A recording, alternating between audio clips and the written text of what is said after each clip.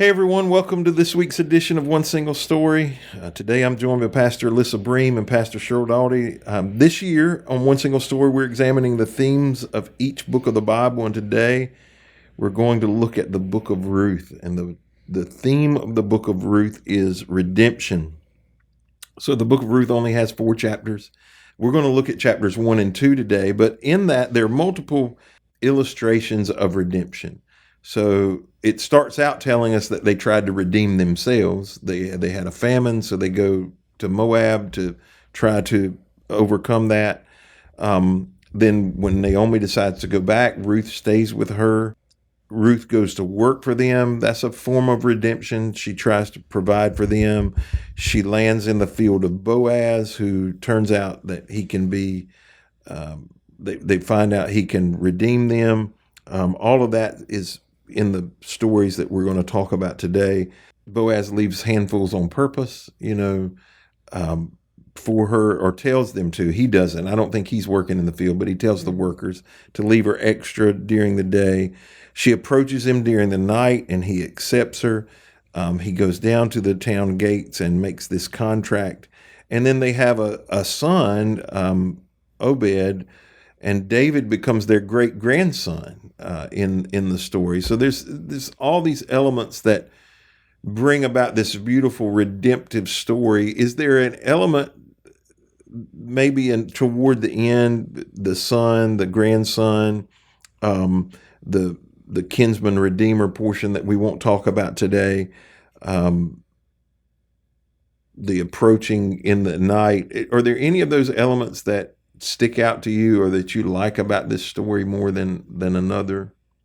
I feel like when she makes the decision to follow Naomi, that there's so many implications there, and maybe some things that get overlooked. I really like that part when she says, because you figure she's leaving her family, the rest of her family behind, even though I know most of the time I think they were considered like, this is my new family when we get married. But the loyalty that she was showing her mother-in-law, you're still my family even though my husband died. And I also think when she says your God is my God, then it was also showing her loyalty to Yahweh. Right. Because, she would not have been raised believing that. Right. I think some of that might get overlooked, and I think there's a lot that's a piece that we use in weddings often, but it's not in the context of a marriage. It's a context after marriage between a mother-in-law and a daughter-in-law. So, but in some ways it really is still about marriage, because that's how committed she was to the vow that she made, that she was just going to continue on with the same path even after her husband had died. Yeah. I think we try to make this a book about romance. And as I was reading it and studying it, it became a lot less like, oh, this is a love story. Like it's not that, but when we think of the story of Ruth, that's sometimes what we just kind of think of, or if we see like a movie of it, that's kind of what we go to, is like, oh, these people fell in love. No, it was like a very transactional, this is the process that needs to go in. This is how we are going to survive. This is what needs to be done. And people who were, the way I would describe it is full of people who are doing the right thing. Right. Ruth does the right thing by Naomi, both by staying with her, by going to work for her, which we'll spend a little bit of time talking about in a little bit. Boaz does the right thing by her. Now, I do think there are some love elements involved. I do believe that Ruth loved Naomi. I believe that. Right. And it seems pretty obvious that Boaz is stricken with her. Now, whether it's reciprocal or not, we don't know. Right. Yeah, because he's like, who's that? Yeah. And he was drunk, and I don't know, the ESV says his heart was merry. And when he was laying down, and he came and laid next to him. Yeah. But before that, he sees her in the field, and he's like, hey, who's the chick? He's stricken with her looks, at least. It doesn't, whether it's a love story or not. Yeah.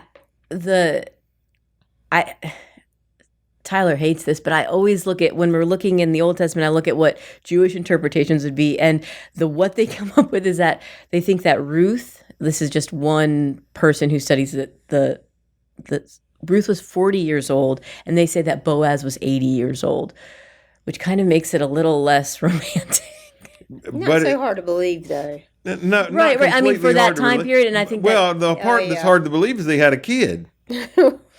especially when she was married for 10, Right. I don't know, was it 10 years? Yeah, that's Like the that, assumption. It was right. roughly 10 years. that she Right, was- that, and there was no child there, so Yeah.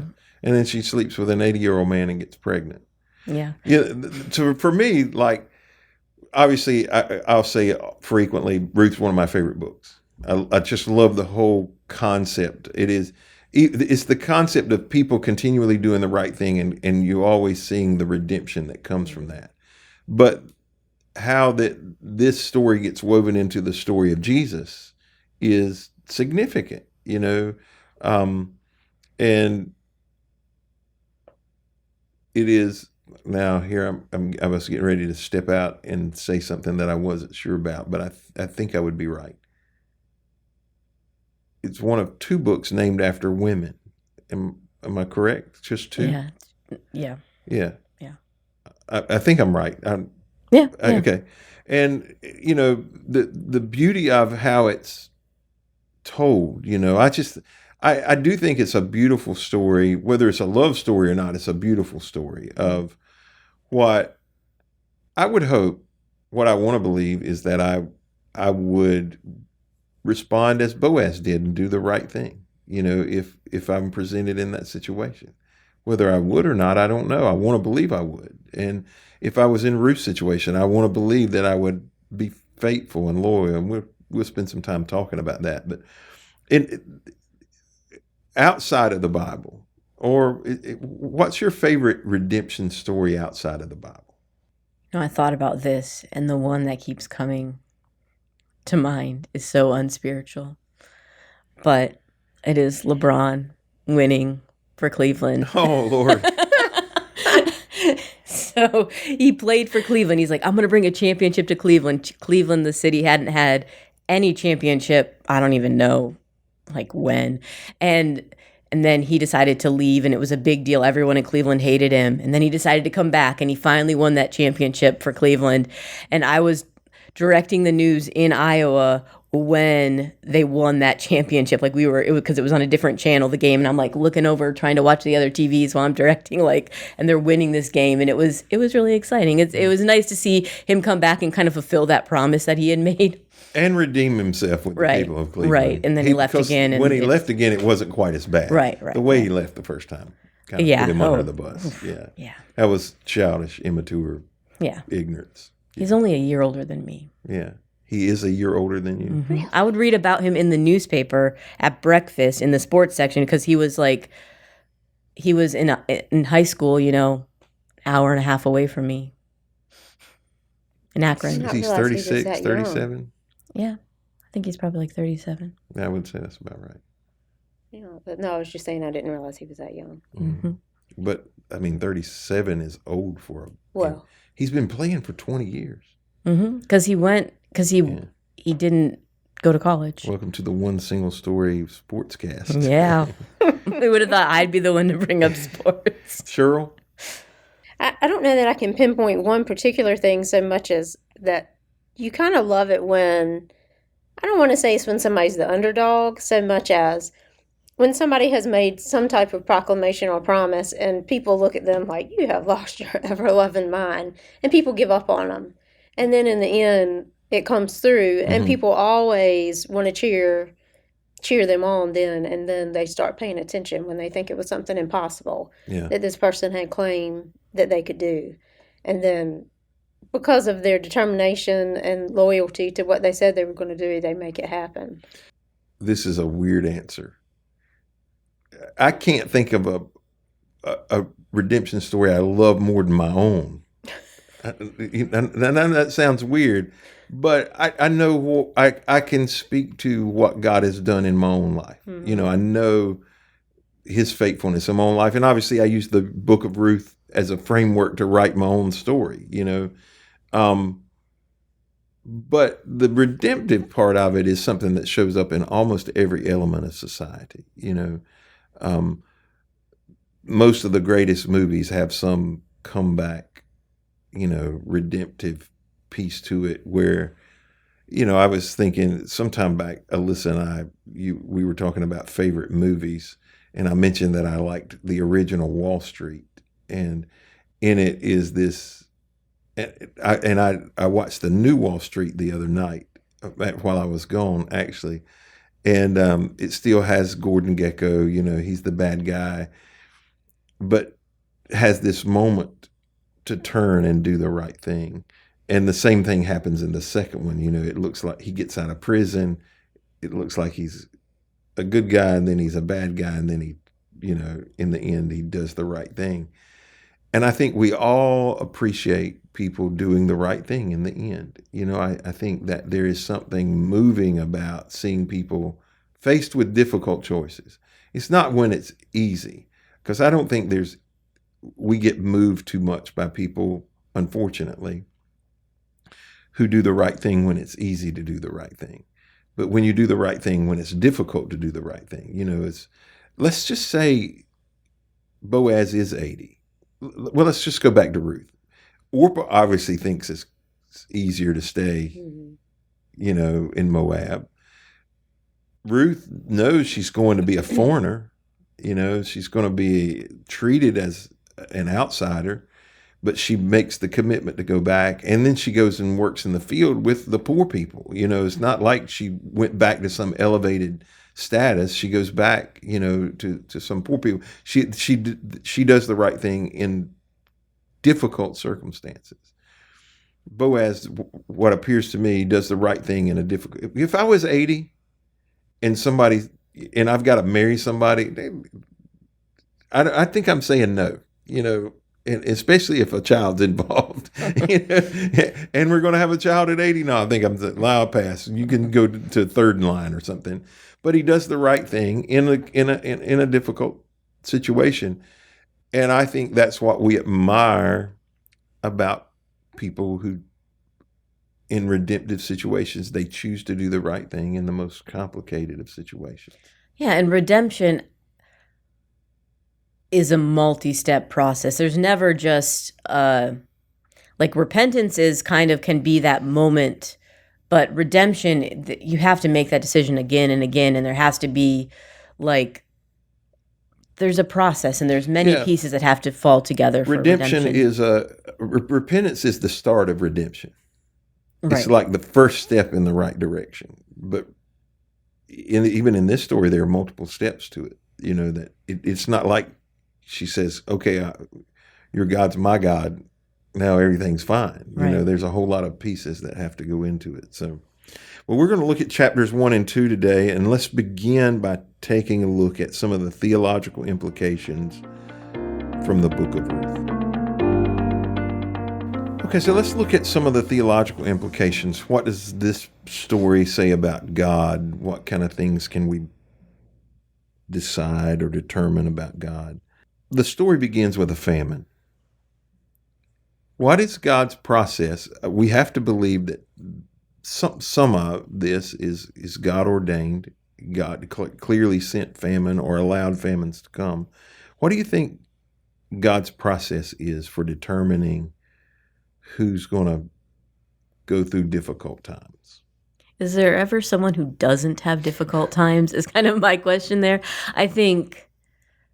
No, so the answer is yes, but don't you think some other people, because I'm going to ask a separate question about the loss of family.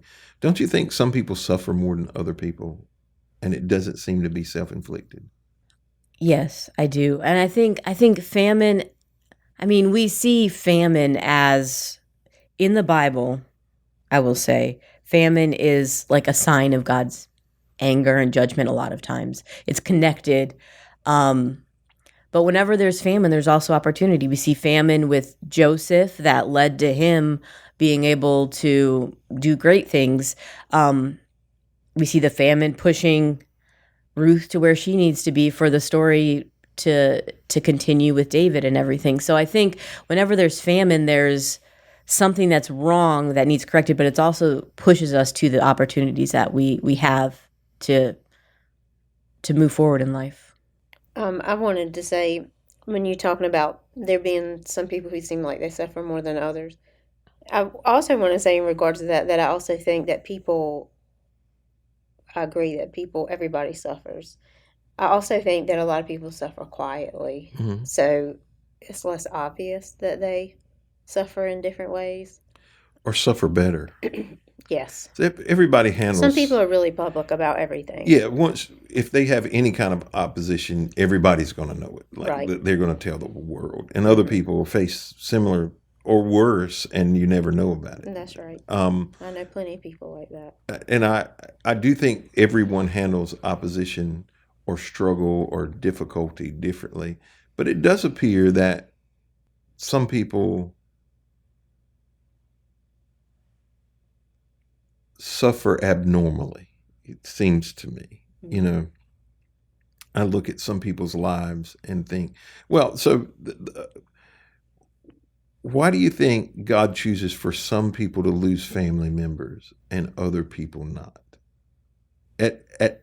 We're all going to lose family members. You know, my both of Barbara's parents are passed. My parents are up in age. At some point, that's going to happen. You know, I recognize that. But I see people lose children and brothers and sisters at young age, husbands and wives. You know, it seems to be enormous loss at inopportune times. And Naomi, in this case, she loses a husband and 2 sons. Mm-hmm. It seems like they would have been better off to stay. I mean, she couldn't have lost any more if she had stayed in Bethlehem. You know, I mean, she lost everything that meant something to her. But don't you think that she knew there was no one left there to take care of her? You mean in Moab? They didn't have family. Yeah, no, I mean, I understand why they moved back, but I mean, if they had stayed in Bethlehem when her sons and never went to Moab. Oh, never left. You know, they left because of the famine. If they had Right. stayed there and starved to death, it wouldn't have been any different than it was. I'm just curious, why do you think some people suffer loss more than other people? I certainly don't have an answer to that. And I'm not going to be one of those people who say to somebody, oh, this happened for a reason and you'll figure it out later on. You know, people don't want to hear that when they're suffering through it. And most likely it did happen for a reason. Maybe. But I don't believe they'll always know it. No. I don't think I think some things are some of God's plans are so protracted over generations that you don't live to see it. You don't have any idea why he did something. Well, like, you know, Naomi's husband and sons, they didn't know what the end to that story was going to be. And of course Ruth didn't know that she was going to be in the lineage of Jesus. Mm-hmm. She didn't make the choices for those reasons. Right. Yeah. Alyssa, what do you think? That is the $1 million question. If we had the answer, I think we would beat out Joe Rogan that week. I think. You mean we haven't beaten him already? No. We've produced as many podcasts as him. But No, he does. In context, Joe Rogan does a podcast every day or 5 days a week. I don't know. I'm not sure, but they're like 3 hours long. Yeah. Every day. Imagine. Among all the thousands of other things he does. I don't even have 3 hours worth of things to say every day. Mm. But I agree with Sheryl that I think we just don't know, and I don't know. That's probably the best answer that I can give to that, because anything that you try to guess would be speculation. Even that every time somebody dies, it's to learn a lesson. I think we learn from it, but I don't think that God is killing family members to make things go into process. I at least that, I mean, that's at least where I would land on that. Yeah, it's hard for me to explain. You know, I think about in our own community recently, two men about my age died, you know, tragically. But the wife of one of the men, her dad is near death. He lives just a couple of doors down from you. And he could die anytime. So in a period of 2 or 3 weeks, there's a probability she's going to lose her husband and her father, 2 most significant men in her life. And I ask myself the question. I find, even with all the faith that I have and knowledge of Scripture, I go, why? You know, why why does it happen like this? How do you expect one person to manage all of that grief? How do you expect them to? I haven't lost a child. I haven't lost a spouse. I don't know. I don't know what that grief must be like. Both of my parents are still alive, so I don't even have that grief to deal with. I don't even know. I don't know. I ask. The question I ask is not necessarily why do you expect them to be able to handle that? That's the question I have most of the time. It's a good question. I don't think there's an answer. Yeah, I don't think there is. But I do think we have to ask it when we start to think about God, because we have to come to some conclusions that it's in His hands ultimately, and we have to lean into that even when we can't explain it. And I, as much as anybody, want to be able to explain things. It appears, all right, it's not explicit. It doesn't explicitly say this, but it implies that one of the reasons they fled Bethlehem is they were in debt, because when they come back, they need somebody to redeem them out of the debt, right? And is that the way y'all understand the story? I didn't necessarily see debt in there. I don't know. I didn't catch that, but I'm not saying that you're wrong. I think it was... What did they need to be redeemed from? They needed somebody to financially provide for them. Yeah, so they were destitute. Yeah, right, yeah. right. Yeah, they were poor in that sense. I don't think that they had they owed other people money necessarily, but I think that, yes, they had no way to provide for themselves, and that's why they were gathering in the fields. Yeah, well, but I'm speaking specifically of Boaz. What did he have to redeem them from? I take from the story that there was something outstanding that he had to take cover for them. Mm-hmm. It does. It's not explicit. It doesn't say it that way. I think it was to be able to have the land that maybe that was part of their inheritance. Okay. Because I don't know. So but she's out in the field. They're obviously poor, destitute, and she's out in the field trying to support them. And God has made provisions in the law for them not to glean the edges and the corners.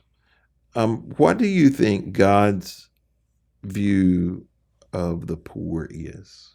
I mean, there's references to it that suggest that there will be the people who inherit the earth, that He has a special place for them. And I think when God's referring to poor, He's not only talking about people who are monetarily destitute, but maybe even spiritually so, or humble. And I mean, I can't help but think, because the Bible tells us in so many different places at the same time, that we as Christians are to help provide for people who we see are in that position in life. And, He's asking us to make provisions for them, as He's being sure provisions are being made for them too. Because the truth is, when you're in that situation, you are a lot more vulnerable than the average person to even just, the way these women were in need of bread every day, of food. They were just trying to survive. Mm-hmm. It wasn't a matter of we can't afford to go on vacation. I can't afford, to fix my car. Yeah, they're just trying to stay alive. Right. Yeah, and I think we constantly see Him creating ways for people to survive in those situations. Right. I mean, the harvest, the reason that Ruth can go and harvest there is because, I want to say it's Leviticus. I'm pretty sure that there's rules about how you harvest, and that you leave the corners for people who need it, and that you don't go pick up anything you drop so that people can come. That's why they were able to come behind it, because, if I was trying to gather things and I dropped something, I had to pick it up, but you weren't supposed to do that, because God made provision for people, because He knew that there would be people that needed that was the only way that they could survive because of whatever circumstances they were in. Yeah, I think provision for the poor is a concept that you find beginning to end in Scripture. The poor in spirit, Jesus talks about in the we call them the Beatitudes, certainly on the Sermon on the Mount, I think is more about it is chosen humility, not I'm a slackard spiritually, when we think about that. And I'm not sure I would have always felt this way. But the older I get, the more I realize that it's true. I will often hear people say, well, what you need to do is get a job. Like that would solve all your problems if you're poor. But the problems are much bigger than that. Mm-hmm. Poverty is a much bigger issue than that. It becomes cultural, it becomes familiar, it becomes heretical almost. This is not heretical. Hereditary. Hereditary. I was just in a conversation with somebody about this a couple of days ago about a particular situation. And they said, what, like, how about this girl who ended up graduating from high school and she's raising her younger sister, and they've both have jobs that are minimum wage jobs. And they said, what is their future? They're doing the right thing by working and trying to support themselves, but they can't even afford the day-to-day necessities, much less. So how, you talking about that cycle, about it being so much more of an issue than just go get a job. Well, they did that, but they will continually be stuck in this cycle for the rest of their lives unless, I don't know, they have a chance to get an education or get a job that even pays sometimes that amazingly doesn't well. help. There's multiple things that go into it. We talk about personalities a lot, and much of it is inherited and environmental that we were raised in. And I don't really care how hard you try, you can't squeeze it out of yourself. It's just present. So people who've been raised in a different environment, I don't really care how hard you squeeze it. You're not going to get it out. So if that's the case, this is my observation. If that's the case, because even Jesus says, you're always going to have the poor. Like, there's no way. It doesn't mean we shouldn't try to eradicate it, all right? That's not that. I never want to promote that. And we've made great strides on the poverty. If you look at how poverty, people who are living in abject poverty, the percentage of them has declined over the last 100 years significantly. And that's a positive thing.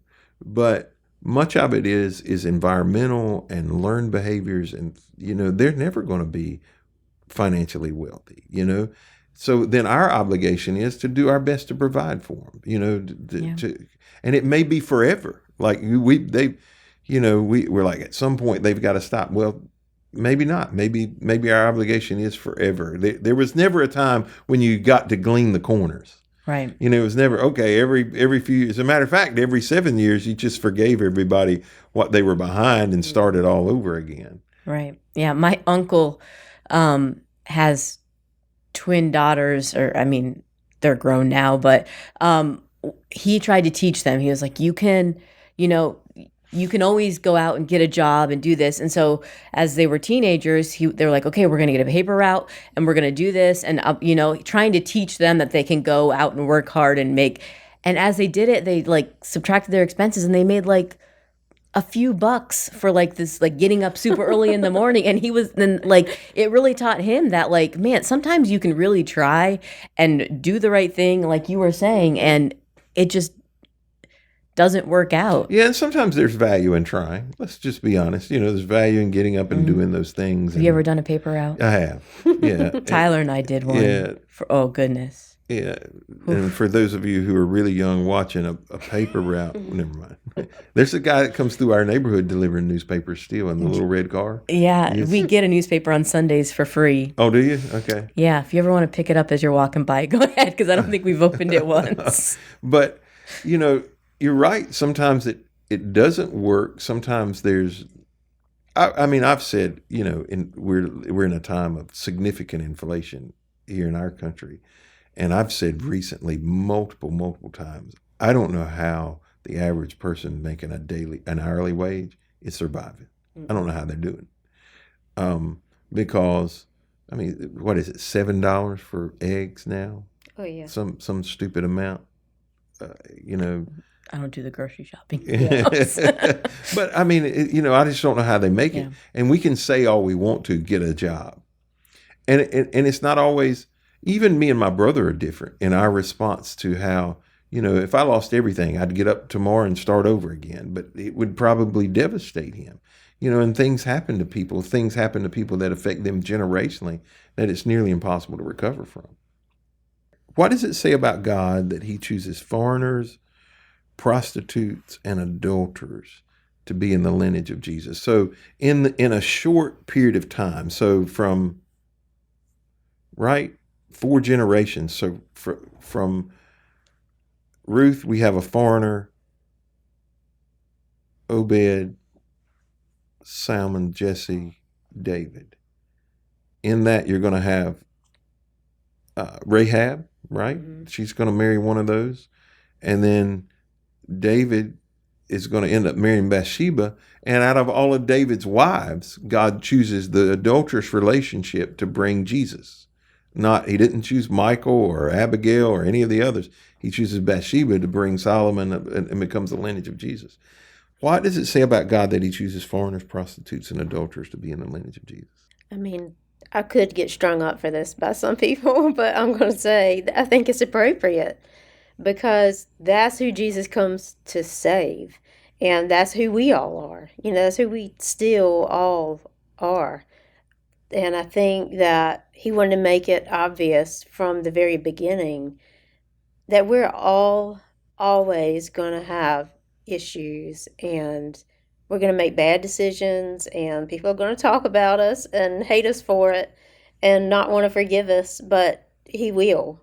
And he will redeem us. That's also obviously the big story of redemption. Right. But I think it makes it, we've said before, if the Bible were not true, why would all this have been included? Why would anybody have wanted to tell all the messy stories that don't seem to make any sense? And I believe that about his lineage too, that God was just setting the standard from the very beginning of, I'm going to use everybody. I'm going to use all of you. And none of you can do anything so terrible that I can't use you for my good.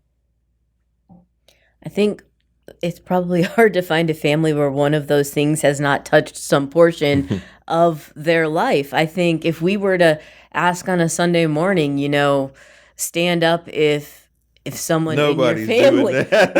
right? If someone in your family has ever done these, like everyone would, if they were honest, they would everyone has someone in their family that has been touched by things like that. So I think 2 of the 3 I can identify with. The prostitute one I don't know. If they were, it was kind of hidden. They didn't get paid very well because you couldn't tell the difference, right? That's right. They didn't save any of it. But I mean, everybody in America was a foreigner at some point, right. And I think you're right. Most families have been touched by this at some right. Just tough situations that we have to deal with. I agree with what Sheryl said. I think that it says a lot about who Jesus came to save, that, that the world isn't perfect, but Jesus came to redeem that. For me personally, I find great hope in some of it. Mm-hmm. It gives me great encouragement.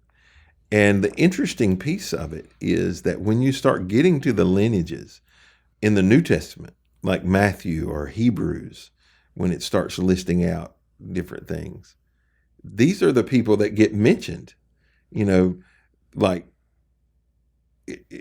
I'm pretty positive Rahab the prostitute. I don't think Ruth gets mentioned in Matthew. But in the Begats, I'm pretty, that's what I call them, the Begats.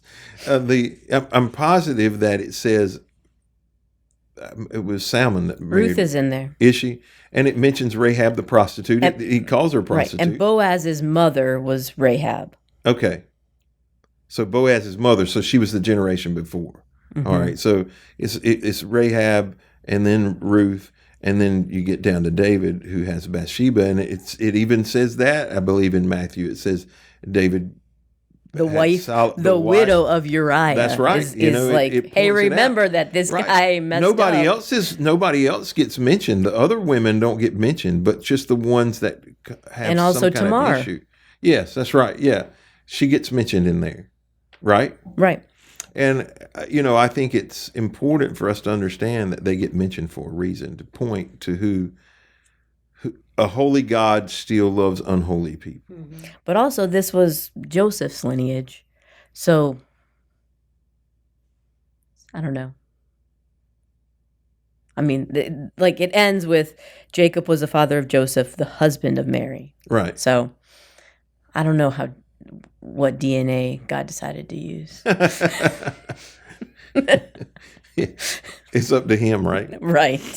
One last question on this theology piece. We see it in the Word. We talked about people who are in poverty, who are poor. There are other people who seem to be born with a silver spoon in their mouth. That's the terminology I would have heard growing up. Or they have a Midas touch, and it's like everything they do turns to gold. Why does it appear that some people are more blessed than other people are? What does it say about God? That, I'm just curious. Because I could take it a step further. There are sects of Christianity that would say, if you do X and you believe X and you say X, you'll have everything you want. I don't believe that's true. All right. If that was the case, we'd all have magic spells and we'd be reciting them. But it does appear that some people do experience more blessings than other people. And it's not just from their work. It just seems to be supernatural favor that falls upon their life. I mean, like, Boaz didn't pay attention to any other women in the field. He just happened to choose Ruth. Joseph seems to end up on his feet. We don't know no if matter. this is a pattern of Boaz. Yeah, we don't. Yeah, No. you're right. It could be. It wouldn't have been uncommon, but Joseph It's a good way to seems get a wife when you're old. Joseph seems to land on his feet wherever he's at. Why other people don't seem to have that same fortune. I'm just curious. Why do you think some people are more blessed than other people? Well, I think that's multifaceted because I think part of it is perception from the outside. Because if those are not the people who complain about the issues that they do have, then you can think, oh, everything's just always Their life's peachy perfect. for them, Mhm. life is perfect. And especially these days when everybody just wants to show you the highlight reel, you could easily have that perception of people, I think, that everything's always going well. And I think with Joseph, yeah, he ended up in great places. But if I would have had to gone through what Joseph went through, getting sold by my siblings and in jail and all of this, like, I wouldn't have wanted to go through that. And so, yeah, we look at the highlights and we don't see the tenacity that it took to get there. Like, I don't know if it says how many days necessarily even Ruth went to the fields and just gathered and just did that over and over because that's what she needed to do to survive. And that's what her mother-in-law had told her to do. And so there's blessings, but you have to keep working in order to give God the opportunity to bless you. Well, so let me give you a different. What about people born in America and people born in Haiti? Why? Why do I have the blessing of being born in America? Because if you're born in America, you just won the birth lottery, frankly. You have, but I also want to say that we compromise and sacrifice things that they do not. Mm-hmm. I bet in lots of situations like that, they have closer family ties. They have closer friends that they spend more time with because so many of their priorities are different.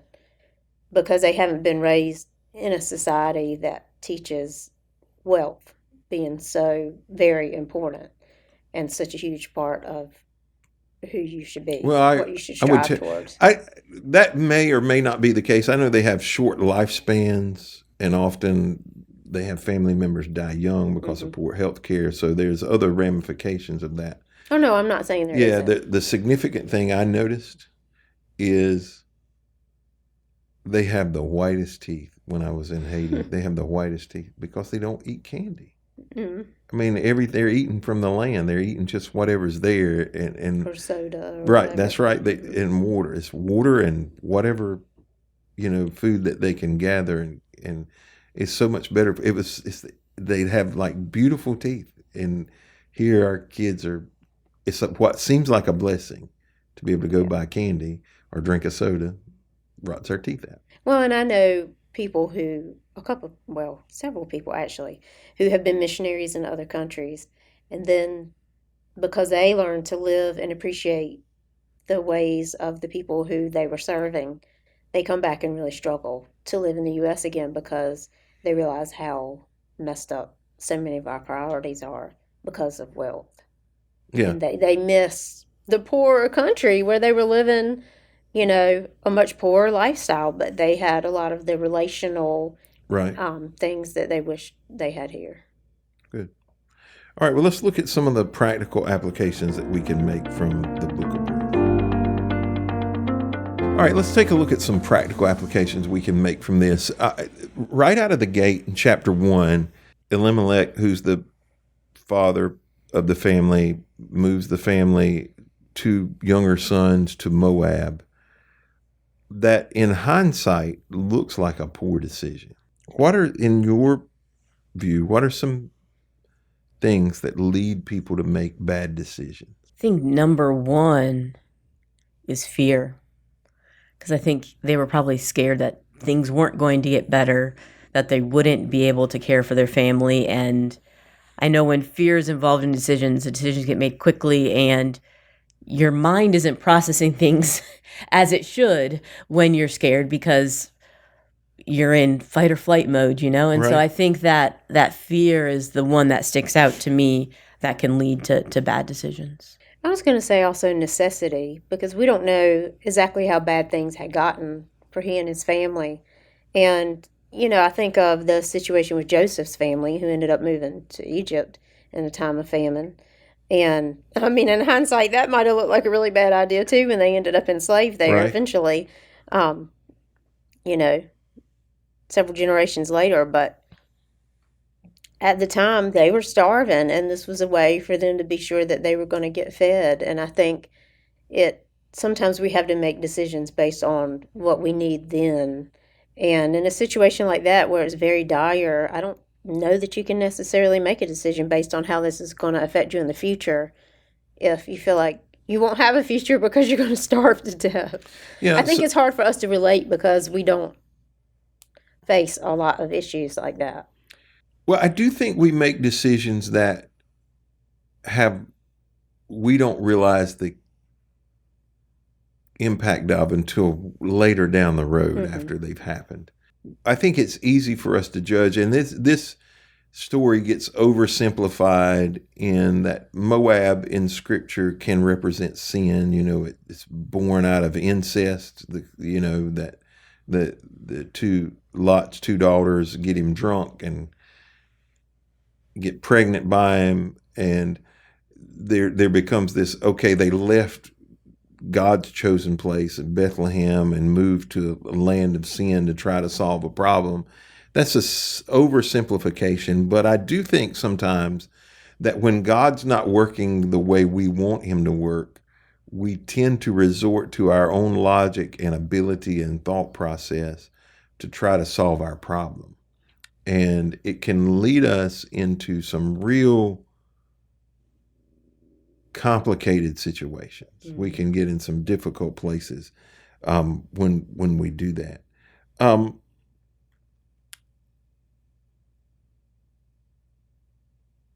They come. The 2 sons die after they marry. Elimelech is dead. Naomi hears there's bread back in Bethlehem. She decides she's going to go back, and the 2 daughters-in-law, she tells them to stay. Like, that's her admonition. Y'all don't come with me. But Ruth says she's going to stay. And Naomi seems somewhat suspicious of Ruth's motives. why are we suspicious of people's motives when they want to do something good? It's really kind of weird that Ruth went with her mother-in-law. Yes, we look at it and we see in hindsight the loyalty and everything, but it is kind of strange. We don't know anything about Ruth's family and what situation. Obviously, Orpah had some safety net to fall back on, but I think we're not sure what her motives were of why she didn't necessarily want to stay. She just felt a connection to her mother-in-law and decided that that's what she wanted to do. But I think, let me get back to your question. I think we're suspicious because we don't necessarily have the full picture. Maybe, Ruth had grown up in a family where she didn't feel comfortable going back there. And even though there was family there, she didn't want to because of those situations. I don't know. Cheryl? Are we always suspicious? I mean, do you feel suspicious every time somebody wants to do something out of the ordinary like that? Not always, but maybe it depends on the person and their past. It certainly depends on the person. And I am concerned about people's motives. I will tolerate a misstep with a right motive more than I can handle doing the right thing with the wrong motive. And I think it's a challenge for people like me who operate a lot from their gut and discernment, wanting to know, okay, what's this person up to? I don't want to just know what you're doing. I want to know why you're doing it. Do y'all? No, I understand that because I think I kind of work from that same, perspective, but at the same time, I don't know. I feel like in most cases, I just take it for face value. Like if I have a reason not to, then I'll let you know. She's better than us. I'm always like, what is I think my mind likes to jump to like the worst possible conclusion in some situations. Maybe I'm not suspicious enough. I don't know. Well, I'm not a worst case scenario person typically, and I would say you probably think that way more than I do. But I do want to know: is this person have my best interest at heart, or is what they're doing for their own selfish motives? That's the determination I want to make. Because in this story, Orpah says she's going too. She says, "I'll go." No, I'll go, and then she's like, "Nah, I changed my mind." When she gives her the option, right? Yeah. So her motives weren't completely pure. And I have to ask, one of the questions that I ask here is, you mentioned about earlier, your God's my God, that piece of the story here. Was this a spiritual thing? Was she being directed by God to do this? I mean, I'm speaking of Ruth, right? Because I should have asked this question earlier. Does it bother either of you that the book's named Ruth and not named Naomi? No? I mean, it would have to be named Mara, right? She Right. renames herself like I'm bitter. And at the heart of it, it really could have been that Ruth knew her mother-in-law well enough and loved her so much that she was afraid that she would go and suffer on her own, that she would go back and no one would help her and she'd starve, because apparently when she returns, Ruth is the reason that they survive, because she goes out and works in the field. It said people were happy to see her return, but it didn't say that anybody was like, "Oh, come live with us. I'll feed you and take care of you." And maybe for some reason, Ruth had that insight and was just afraid for her. So how do you determine who or what you're loyal to? How do y'all work through that? I think by knowing it and its worth and its truthfulness, people, I mean, that's pretty easy for you to make a decision on if you know that person. You know them and who they are, how they make their decisions, what characteristics you've seen in the past. Is this a person you want to align yourself with? Do you want to be on the same mission they're on, or are you going to take a step back and say, no, this is not something I need to be loyal to, be a part of.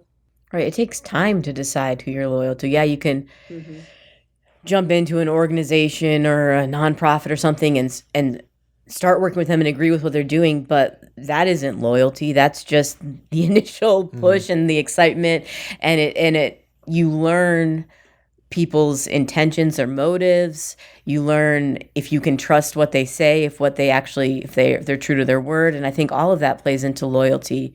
How much that you can trust them is, I think, a big part of how I decide loyalty. Yeah. And sometimes it could be based on your initial commitment too, because I have seen people who got married and have just endured horrific things from their spouse. Yeah, and wouldn't do anything different. Yeah. Right. And who have or who have just been like turned into a full-time caretaker, just so many different situations. And sometimes I admire that. Sometimes I go, you're just an idiot. Well, I'm talking about situations in which, you say, in any circumstance, I'm going to stay with you. And then that circumstance happens and they do it because they made the commitment to be loyal to them no matter what the situation was. And they continue to do it when it's really hard. Yeah. So for me, I'll talk about loyalty two ways. I find loyalty to certain things. So like when I travel, I stay in a particular hotel brand. And when I fly, I'm going to fly one of two airlines. It's not because like either of them are over the top, It's just, I know what to expect. It's the same every time. It's not going to vary very much from time to time. I just kind of, I like the consistency of it. So it creates loyalty in my willingness to shop. The same would be true of pretty much anything I buy. There are things that the only thing I'm loyal to is the lowest price, and there are other things that. Do you care what type of paper towels you have in your house? I do. That is one thing that I have don't loyalty or to. Toilet paper. Yeah. Don't skimp on either of those. Yeah. Find one you like and stick with it. Or get a bidet. Huh? Don't take us back to that conversation. But when it comes to people, I want to speak on opposite sides, on both ways. When it's people I follow, it takes a while for me to develop loyalty. So when it's people that I look up to, I'm allowing to influence me significantly.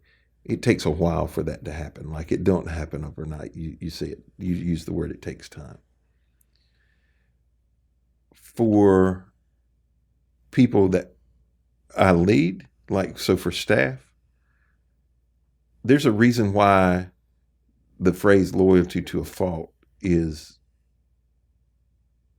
a proverb, it's a proverbial saying, because if you're going to be loyal, you're going to be loyal through faults, right? You're going to be loyal through difficulties, problems, circumstances, failures, mistakes, disagreements. You're going to stick through those things.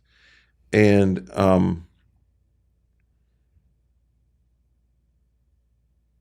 sometimes loyalty can cost you. And I found myself being loyal at my own expense at times, and I think it almost always costs you. Yeah. Well, loyalty does. Mm-hmm. And so I find it easier to be loyal to people who are following me because I know I have to do the right thing by them than I do being loyal to people who I am following because it's up to them to do the right thing by me. Does that make sense? And I need to find out so I can be loyal to you because I'm responsible to you and I have to do the right thing by you. Y'all don't call me boss unless you're being sarcastic, but that's the role I play. But I have to do the right thing by you. That's my obligation, where loyalty is concerned. And I have to be loyal in that role, whether you are or not. Mm-hmm. That's not true of people that I follow. For example, And I would say the same would be true of you. If I didn't act with integrity, or I was abusive or whatever out of line, you should not be loyal to me at your own expense, because that's a problem. The right thing for you to do then is to excuse yourself from that situation. And so I see it differently. Loyalty when we're over people is different than loyalty when we're following people. Does that make sense to y'all? Mm-hmm. Yeah.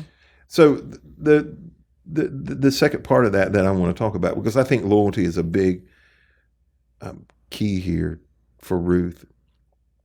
Obligation, whatever the word is. What does loyalty look like to you? Like, how would you define loyalty?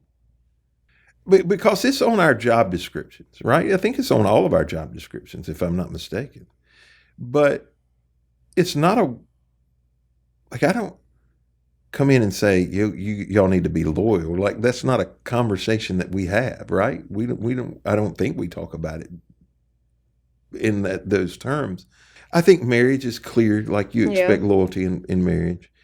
I do think in work environments you expect there to be loyalty. Some people mean loyalty as you do what I say no matter what. Right. Right? I don't think that's loyalty. So where else do you think there should be loyalty? I think loyalty is reciprocal too, by the way. I mean, I think family is a big one. I think you should be able to expect it in your friendships. People that you're close to. You don't expect for them to turn around and talk about you behind your back. Those are the most heartbreaking ones. Yeah. I mean, it seems like those are the only relationships, family, friends, and work. I mean, those are, I don't know, I can't think of another large category of that would be. I think of loyalty, people who have power. I want to be loyal to the oath that they make. So like, I want to believe that no matter who's president and what party they come from, that they're going to be loyal to the country. Mm-hmm. They're not going to be a spy or do something subversive or, create havoc in the nation. They're going to try to do, even if it's not something I would agree with, they're going to try to do what they believe is in the best interest of the people. Police officers are a place that I want to be loyal to the oath, because trust, trust come first or loyalty come first? Can you have one without the other? I think loyalty implies for me that there is a length of time involved, because you can't be loyal to someone 1 minute and then the next minute you're not. So I think that trust underlies all of that, but you can trust someone in a moment. You can't be loyal in one moment. Okay. Yeah, I would say they're intertwined. I think I probably have to trust someone to choose to be loyal to them. And loyalty is not about agreement, would you? No.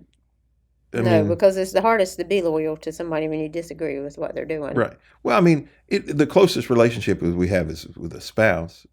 I don't know about y'all, but I don't agree with my spouse all the time. And she doesn't agree with me, but I still want her to be loyal, and she wants me to be loyal, So I don't think it's possible. I don't think you have to have agreement to have loyalty. Do you believe loyalty is a fading trait in the world? No. No? I don't. I mean, maybe when it comes to jobs, I think that when you'd hear about like the Ford factory and all that they would do for their people, that they would build these places that, they could, I don't know, have a great life, and that you would work for the Ford company for your whole life and you would have a nice retirement and all of that. I feel like maybe that's shifted in our country, where companies no longer feel like they need to be super loyal because people are jumping from job to job to job. But I feel like in other ways that it hasn't changed, that loyalty and family and friends, like that's something that is so individual within each group that it's not like the country all of a sudden isn't loyal to each other. Mm-hmm. I'm thinking about faithfulness instead, I think. I don't know that I would necessarily define that as loyalty, although I think some of that stuff does overlap each other, but I would say maybe faithfulness has decreased. As I've thought about it, even since answering the question, because obviously the question wasn't in the lineup here, I just think our loyalties have changed. I do believe we're living in a time that is much more individualistic, and I'm going to do what's in my best interest, not what it maybe is in the broader best interest. Even companies, companies are going to do what's not necessarily best for the employees, but what's best for the stakeholders or the shareholders, which is it's still loyalty. It's just a change in loyalty, and which has caused employees to say, well, I'm not going to do what's best for the company. I'm going to do what's in my best interest. I think that's called greed. But it's still a change in loyalty. I'm chasing something completely different. I'm going to be, my decisions are going to be driven by a different set of rules. And I think we're all loyal to things. We just don't probably realize what we're loyal to and what drives our decisions sometimes.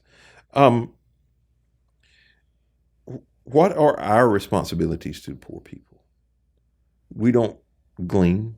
I don't have a field to leave the corners for today. So what are my responsibilities? If you drop $100 bill on the floor, you just have to leave it.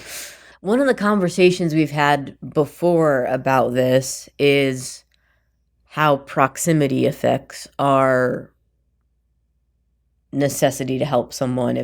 If I know that someone that I'm in a family or a friend relationship is in need and I can help them in some way, I have that ability, that's somebody I need to help. I think, though, to worry about every single instance of poverty in the world, you just become overwhelmed and you can't do anything about that. So we have responsibility to help those that we come in contact with. If we feel the Lord leading us to help a certain cause, maybe that's something we need to do. But we also have to realize that we have a finite ability to help people in this world, and we have to be able to realize where we can help the most and where we can make the biggest difference in those people that we are in relationship with. I would agree that I think it has a lot to do with awareness and relationship. An example that I can think of is when we did the Boxes of Hope at Christmas this year. And there was a conversation that kind of got started amongst the people who had delivered that year about just the situations that some people were living in and how heartbreaking it was for them to see. And, I had a conversation with my husband about it later and said that is a positive thing, that people got outside of their regular comfort zone and their regular relationships and friends and family and could see you should be bothered by the fact that there's someone who lives 5 miles down the road from you that doesn't have heat when it's, 30 degrees at night. And I think that is a good, example of, okay, well, now I know. And so if I turn my back and pretend that I don't know and choose not to do anything about it, then I think that's when it's sinful. I think, I'm not saying that I don't, like Alyssa said, I'm not saying that I don't think you should care about anybody who's in that circumstance, but I do think that you have the responsibility to do something about it when you know in particular circumstances. And it's people that you're close enough to be able to help that you then have a relationship with. Right. Yeah, I think you have to do for some. I don't think you can do for all. Mm-hmm. But if you do for none, like you're just ignoring, mm-hmm. Obviously Boaz wasn't feeding the whole city, right. But he had to feed some, had to do his part. And I think that's important. So, but the further piece of that story is he says, leave extra for her. How can we leave more than is required? How can we do more than is expected of us? How can we bless? So I pay my taxes, and I'll hear people say, I pay my taxes, Medicaid, Medicare, social programs to help feed them. I don't have to do any more. I'm already doing my part. I work a job. I think that's a cop-out, personally. But how do you single out certain people? Because that's what he does. He singles out Ruth. If you're walking ahead of Ruth, you leave some extra for her. Now, everybody else is on their own. How do you do that? How do you choose who's going to get the extra blessing and who's... I think one of the things in her circumstance, because he states it later, I believe, that he knew her story. He heard her story and how she had been faithful and left everything she knew and the rest of her family and the place that she grew up and had followed Naomi there. And I think he had, that was another reason that he was saying, I want to help her. I want to leave extra. And because he knew she was feeding more than just herself. Maybe he wanted to be able to reward her for the faithfulness that he had shown to Naomi. Yeah, I think you have to do for some what you wish you could do for all. Man, I think it's just taking that step of faith to see when you can leave handfuls on purpose. It's fun to give like that. Sure it is. I mean, I think it's one of the greatest joys of my life, but it is also one of my core values too, but it's not everybody's core value. Right. Everybody's Right. not made that way. And I don't think it necessarily has to be, and I haven't always been in a place I could do that either. That's the other side of it. I think when Jesus says it's more blessed to give than receive, there's a reason why he said it. I just don't think we practice it enough. I watched a church, it's been a few years back, the pastor in his sermon ordered a pizza. I Yeah, knew have you were seen going- that? Yeah. He ordered a pizza to have delivered to the church, and the delivery driver brought it on stage. And while they're waiting on the pizza, he takes an offering, and they give all of that money to the delivery driver.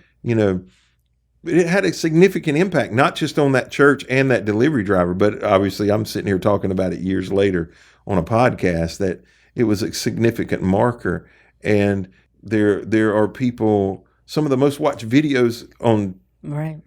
YouTube and TikTok, or Mr. About Beast, that's people's pretty much all he generosity. does is Yeah. give stuff away. Or there's like the people that they go up and they're like, oh man, do you have $1? I need to buy this Yeah. for my son's birthday today. And it's a lie. And they're like, oh yeah, here's $1. And he goes, you know what? Because you were so generous, I don't actually need this dollar. Here's $500. Yeah. And a lot of times what happens is that that person all of a sudden like breaks down or is like, oh my goodness, you don't know how much I needed this. I am 2 months behind on my car payment and they were going to repo it tomorrow or whatever. Because when you hear those stories, when you give and you have that opportunity, a lot of times those people are in need. But percentage wise, poor people are more generous than wealthy people, percentage wise. I completely believe that's true. It's statistically, No, I mean, it's just, I have no. it's a shame though. That shouldn't be the case.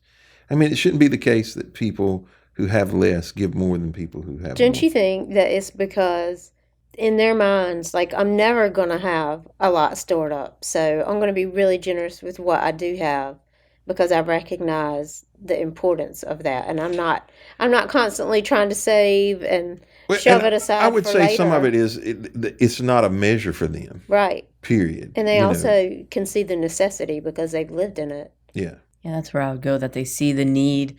They've probably had those moments in life where they needed, a few bucks to get them by. And so they're willing to do that when they see the need.